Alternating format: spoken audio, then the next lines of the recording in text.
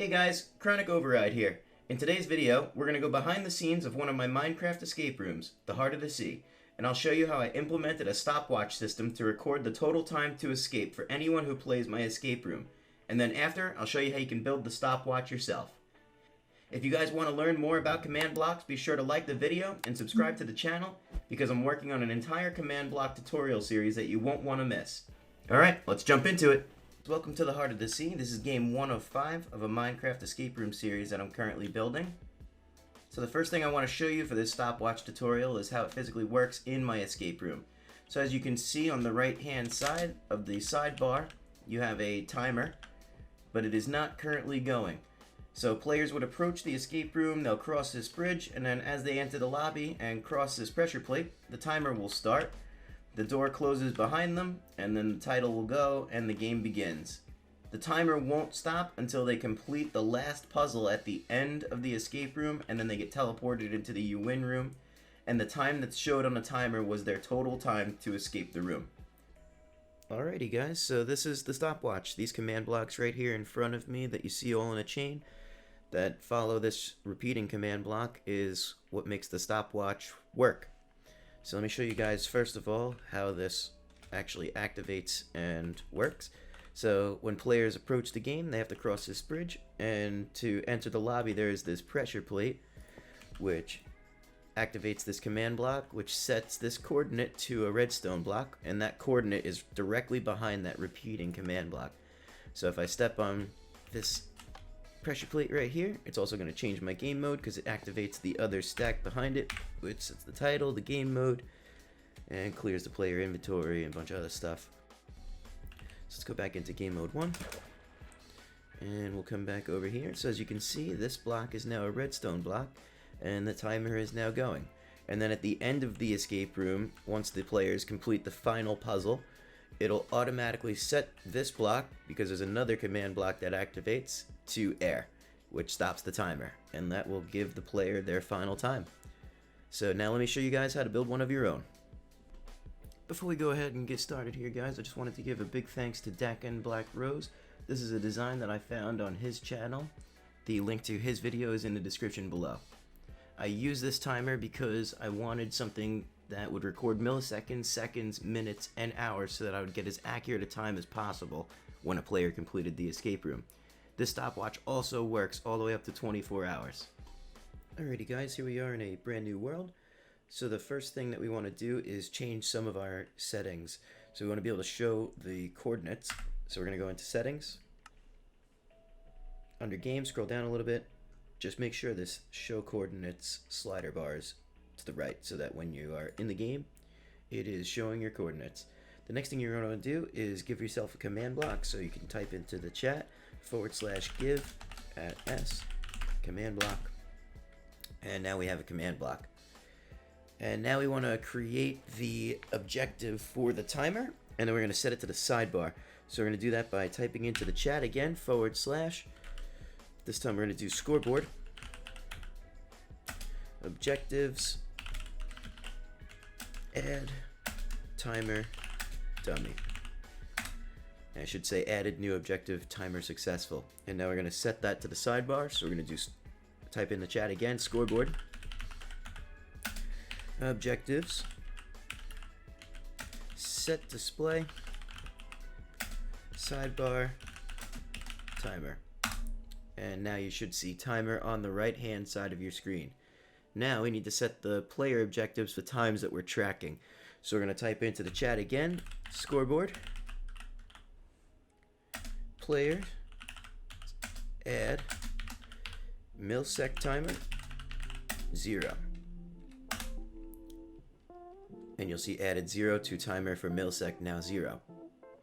And then we're going to type in chat scoreboard players add seconds timer 0, and we hit enter on that. And we're going to do the same thing for minutes. So scoreboard players add, it would help if I could type minutes timer 0, and I still can't spell. minutes. Alright, hit enter. And then we're gonna do scoreboard. Players. Wow. Add hours timer 0. Okay. Now I've created all the player objectives for all the times that we're tracking. So now we can start building the command block tree. So you're gonna place down your first command block, you're gonna click into it, you wanna change the block type from impulse to repeat. All of the commands that I'm typing into these command blocks, I'm gonna put in the description for you guys. So if you want, you'll be able to copy and paste them using Control-C, Control-V, right from the description of the YouTube video into your own command blocks. So for this first one, we're gonna set it to repeat, unconditional, and needs redstone so that we can activate it. And we're gonna type in the command input here, scoreboard, players, and millisec timer 1. Okay. And now we're gonna place down our second command block. We'll go in here, change the block type from impulse to chain this time. This one needs to be conditional and it needs to be always active. And in here, we are going to type in scoreboard, players, test, millisec timer, and now we can close out of here. A little shortcut so that you guys don't have to click all of the fields in the command block every single time. If you go into your settings, under keyboard and mouse, there's this pick block setting. If you set this to a key, like I have mine set to X on the keyboard, what that allows you to do is any block that you look at, you can press that key. So mine is X, I'm pressing X. It copies it to my inventory and it'll copy it with most of the fields. So I'll put it down, it's already a chain and it's already active. So I just need to set this to conditional and then we'll type in our command. So we're gonna type in scoreboard, players,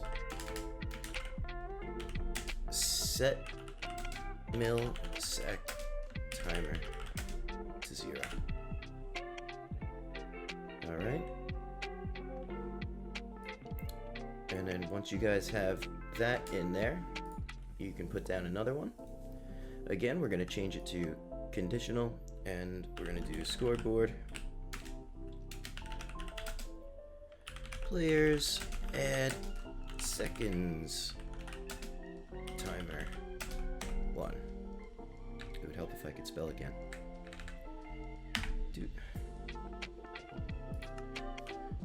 And then we'll put down another one. Again, change this to conditional. Scoreboard, players, test, seconds, timer, 60. Alright, put another one down. Again, change it to conditional.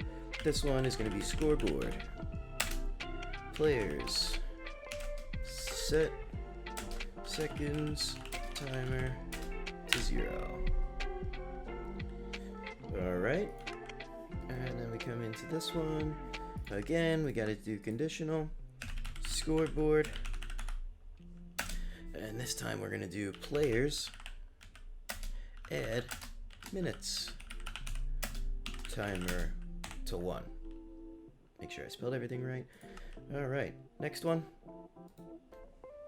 Again, we got to do conditional, and this one's going to be scoreboard, players, test, minutes, timer, 60.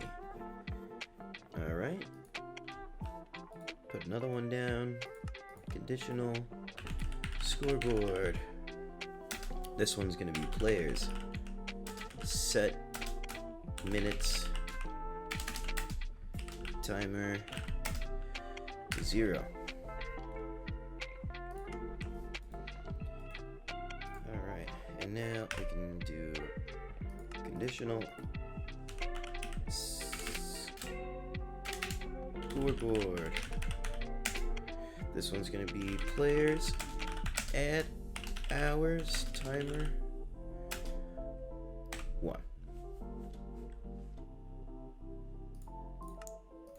You don't need to, but just because keeping everything uniform, I'm going to put the slash in there. Alright. Change it to conditional. This one is going to be scoreboard. Players. Test. Hours. Timer. 24. So it can test for 24 hours. Put another one down. Conditional. And now we got to do scoreboard. Players. Set.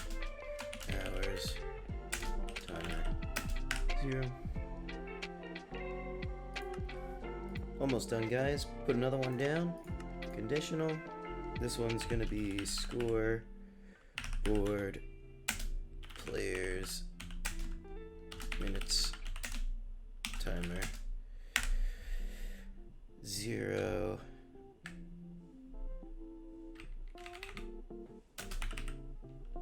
Forgot to put set in there.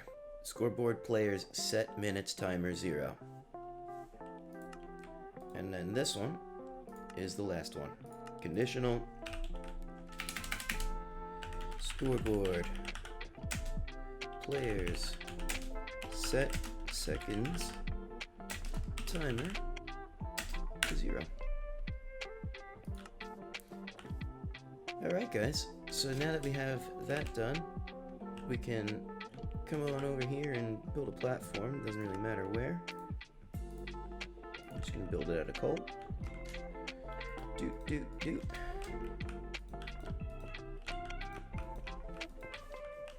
We're going to put our pressure plate here. So we're going to put a command block underneath here. And we need to write down the coordinate of the spot right behind your repeated command block. So mine is 0, 4, 6. So I'm going to come into this command block right here. And I'm going to do set block 0, 4, 6 to a redstone block. And this is going to be an impulse unconditional needs redstone. You can leave it default, guys. And now we want to cover it. And we'll put a pressure plate. And there we go. That's how we're going to start our timer. Now, we can set up another pressure plate. Doesn't have to be a pressure plate either, guys. You can use anything you want. Button. It can even be at the end of a chain of commands, like mine at the end of a puzzle for the escape rooms. This is just me showing you how to start and stop it. So then we're going to set that same coordinate, right? So set block 0, 4, 6, and now we want to set it to air. And again, impulse unconditional needs redstone. And then we'll just cover this up and put it down. So now, when you guys come over here and you walk on this one, it sets the block to redstone, and if you walk on this one, it stops the timer. Now, if you guys do not want all of this stuff showing up in your chat, you can do / game rule command block output false.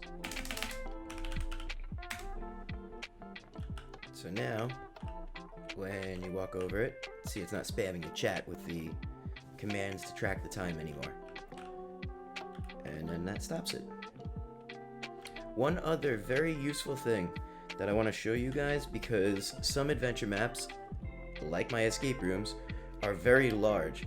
And sometimes you'll notice if you go outside of a certain area, the timer won't work anymore. And it's because it's outside of the render distance. So you want to set your clock typically to a ticking area. So we're going to set this stopwatch area to a ticking area by writing again down this coordinate. So we already have it, 0, 4, 6. And we're just going to come down here to the other end of the stack and get this coordinate, which is 0, 4, -9. And then we can go into chat and we can do ticking area add, and we want to do the first coordinate 0, 4, 6, and then the second coordinate, 0, 4, negative 9. And when we add that, it says 1 out of 10 ticking areas in use. You guys can use that for other redstone contraptions too if you're having trouble with them spawning outside of a certain area. And that's pretty much it. If you guys have any questions, comments, concerns, feel free to pop into the Discord server. The link is below. Or I'm pretty good about answering the comments as well in the YouTube video. Alright, until the next time.